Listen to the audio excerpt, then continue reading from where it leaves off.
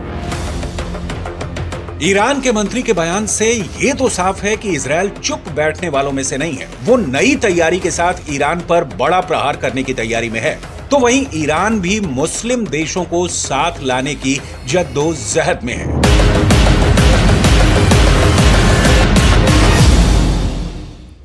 इस युद्ध में कौन किसके साथ है ये समझना भी बहुत जरूरी है। यानी कि इजराइल के कैंप में कौन है और ईरान के कैंप में कौन है, आपको बहुत आसान तरीके से समझाने के लिए हमने इसे दो हिस्सों में बांट दिया है।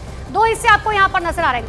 एक तरफ है इजराइल, एक तरफ इजराइल के प्रधानमंत्री बेंयामिन नेतन्याहू हैं, दूसरी तरफ है इब्राहिम रईसी यानी कि ईरान के राष्ट्रपति। इजराइल की तरफ सबसे मजबूत ताकत है अमेरिका, उसके साथ जर्मनी, जापान, ब्रिटेन, कनाडा भी है और कुल मिलाकर समझिए कि नाटो भी इजराइल के साथ ही खड़ा है। अगर दूसरी तरफ बात करें, जो आप देख भी पा रहे, ईरान के साथ खड़ा है रूस। पुतिन ईरान के साथ मजबूती से खड़े हैं। चीन का बयान भी कुछ ऐसा ही है, जो ईरान की आलोचना नहीं करता है और चीन ने पहले भी ईरान के वाणिज्य दूतावास पर इजरायली हमले की खिंचाई की थी। ईरान के साथ साथ तुर्की भी खड़ा है, सीरिया और इराक भी ईरान के साथ खड़ा है, उत्तर कोरिया भी हमेशा से ईरान के साथ खड़ा रहा है। तो ये जो युद्ध है, इस युद्ध के बड़े खतरे के बीच में दुनिया के दो कैंप आपके सामने हैं।